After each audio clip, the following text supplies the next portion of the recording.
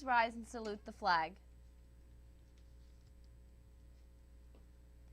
I pledge allegiance to the flag of the United States of America and to the republic for which it stands, one nation, under God, indivisible, with liberty and justice for all.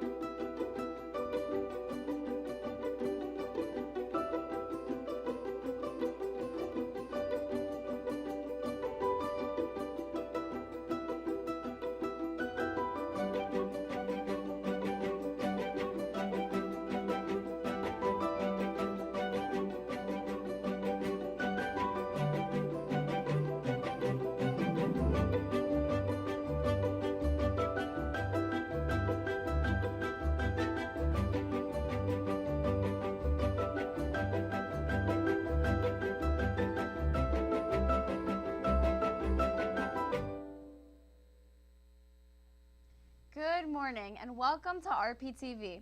Today is Friday, October 15th, 2021. November will be here before you know it. And one thing we should all be thinking about is Veterans Day. So let's go to Albina for the details. The Borough of Roselle Park will be holding its annual Veterans Day Remembrance Service on Monday, November 11, 2021.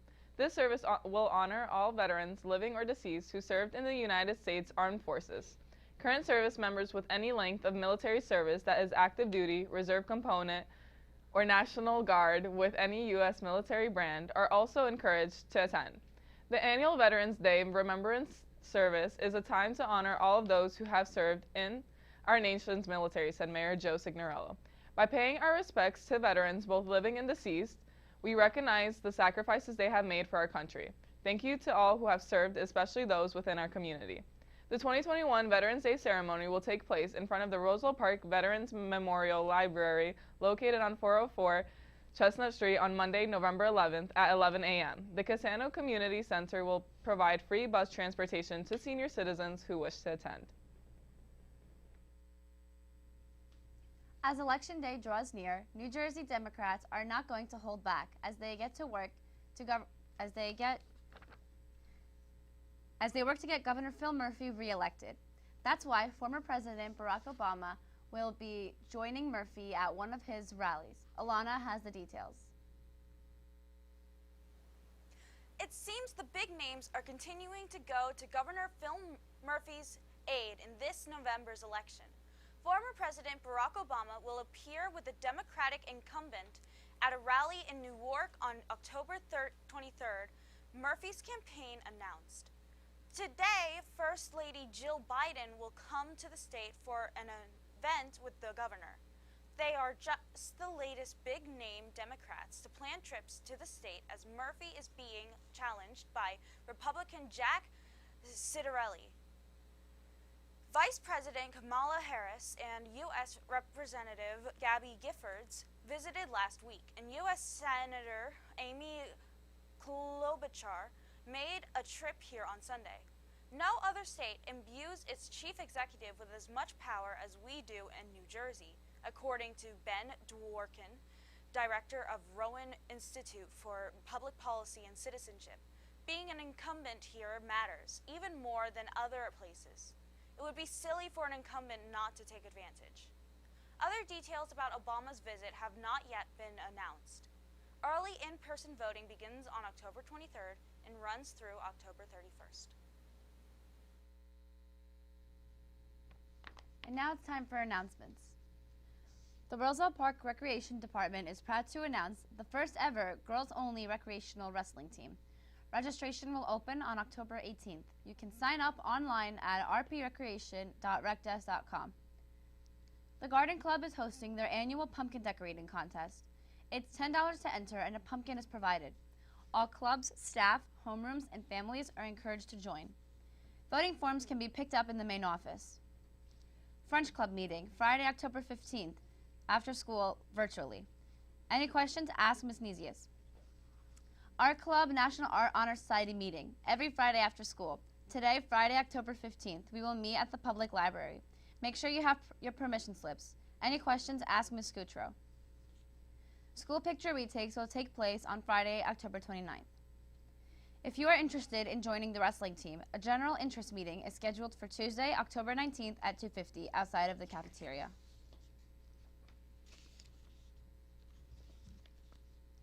Flu season is upon us, and everyone should make an effort to get a flu shot. If you're not sure about where to go, listen up. A flu vaccine clinic is coming to town. Alpina has the details. The Borough of Roselle Park will be hosting a flu vaccine clinic on Thursday, October 21st. The clinic is free for all residents in need of a flu vaccine. The clinic will take place at the Casano Community Center from 5 p.m. to 8 p.m. While it's easy to focus on receiving our COVID-19 vaccinations, it's equally as important to get vaccinated for the flu, said Mayor Joe Signorello.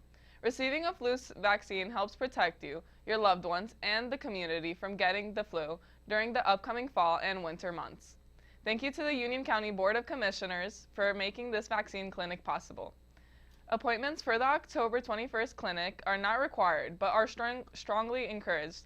To book your appointment now, please visit ucnj.org/flu or call 908-613-7829. For more information, please call the Casano Community Center at 908-245-0666. Stay tuned, we will be right back.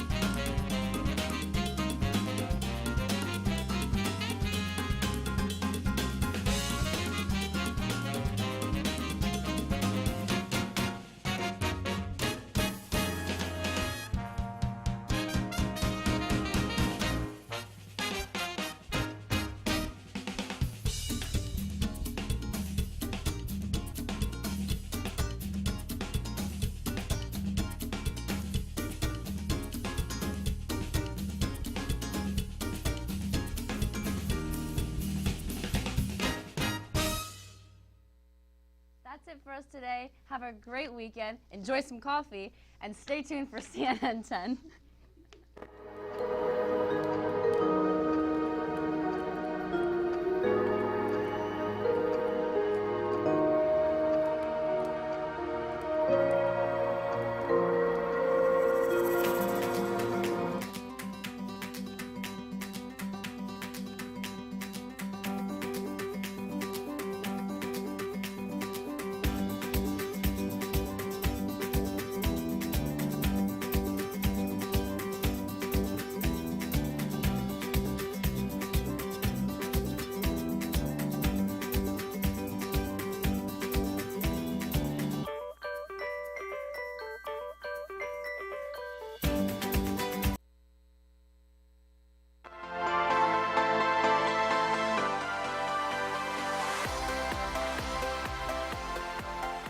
Hello and welcome to Friday. It is awesome, and we hope you think the same thing about today's show. I'm Carl Azus. First story today, the U.S. government says it's made progress in an effort to relieve some of the shipping problems that have clogged up the international supply chain. The government does not control that chain. It's largely made up of private port operators, trucking companies, railroads, and warehouses. But the Biden administration is putting its support behind a plan for the Port of Los Angeles to operate 24/7 and for large companies like Walmart, Home Depot, and UPS to ship more goods at night.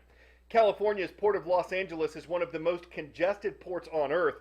40% of all the containers shipped to America come through here and at the Port of Long Beach.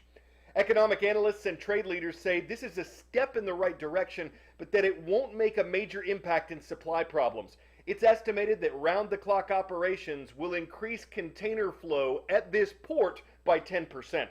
The supply chain problems are complicated. They've been made worse by a worldwide shortage in trucks, computer chips, chemicals, and other goods. and different COVID-19 restrictions which keep many transport workers from moving freely. Other efforts are being made to address shipping problems. Ports in the state of Florida say they have not seen the delays that California's have, so officials in the Sunshine State are trying to encourage shipping companies to unload there, even though that might mean sailing from the Pacific through the Panama Canal to get to Florida.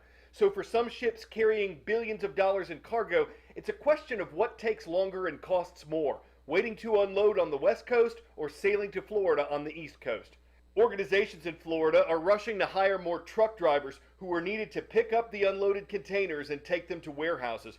The trucker shortage is said to be the weakest link in the international supply chain, and the evidence of that stretches to Georgia's Port of Savannah, the nation's third largest behind those in California and New York.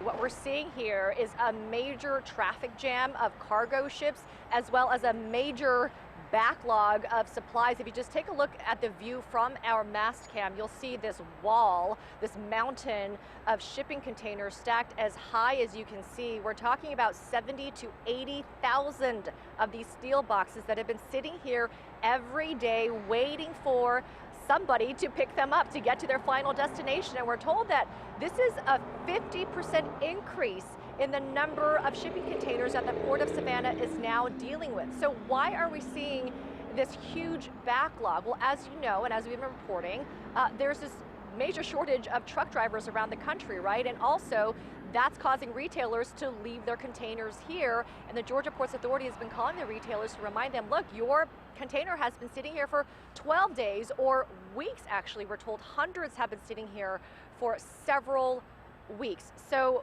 what we're being told right now, what's happening is that there are 7 vessels at the dock in their berths being unloaded. Most of these shipping containers take about 24 hours or so to be unloaded. That's not atypical. What's atypical is the fact that there are 25 cargo ships in the queue right now. Many of them could be waiting up to as long as 5 days.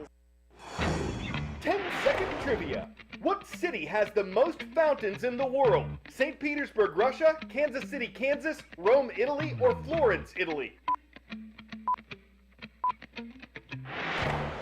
No city on the planet has as many fountains as Rome, where you'll find more than 2,000 of them. Let's all go to Italy to see the bacteria. Maybe not the most effective travel ad, but tiny organisms that eat away at the nation's ancient artifacts are also being used to preserve them. Restoration is an ongoing challenge in this richly historic country. Tens of millions of dollars have been spent to preserve sites like the Colosseum, the Spanish Steps, and the ornate Trevi Fountain. There's a legend that those who toss a coin into this Baroque monument will come back to Rome one day. To ensure architecture like it is still standing when they do, some workers are employing bacteria found deep inside. A laser burns away the grime of 18 centuries, caked onto the arch of Septimus Severus in the Forum. Rome may be the eternal city. Its ancient artifacts, however, are not, under unrelenting assault by the ravages of time, pollution, acid rain, and the sweat and breath of millions of tourists. Conservator Alessandro Lugari and his colleagues are using the latest technology to try to salvage the city's treasures. See the block, he asks? It's about 4 cubic meters, several tons, and inside there are billions of bacteria.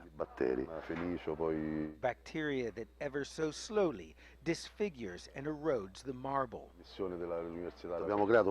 We built a box so it would be dark, Lugari explains. The temperature and humidity should be relatively high to recreate conditions on the outside like those inside.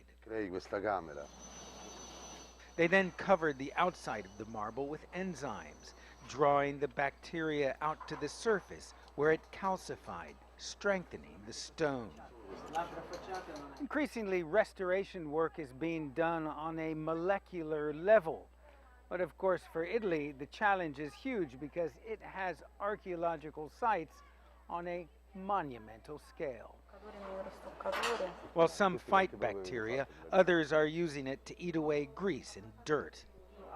Microbiologist Chiara Alisi and her team at ENEA, Italy's National Agency for New Technologies, search for potentially useful strains of bacteria in industrial waste sites, abandoned mines, and from the distant past. Siano già stati selezionati dalla natura. They've already been selected by nature to develop potential abilities which we can test and study and apply, she says. This strain we collected from an Etruscan tomb. Applichiamo per 24 ore. It's a complicated process, isolating individual strains that thrive on the right kind of filth, sequencing the DNA, and then putting them to work. Silvia Borghini shows us the results in the garden of the Museo Nazionale Romano. With a toothbrush, she removes gel suffused with bacteria from a block of marble once part of a 4th century Roman bridge. The cleanest strip was covered for 24 hours with the SH7 strain. A quel punto diventa semplice l'applicazione. It's easy to apply, and afterwards the artifacts stay clean, Silvia says. It doesn't harm the environment, it's not toxic for us or the flora in the garden. It's perfect. La flora o il giardino che c'è, quindi sarebbe perfetto. And therein lies the paradox. A single-celled organism could help preserve this city's ancient glory. Ben Wiedemann, CNN, Rome.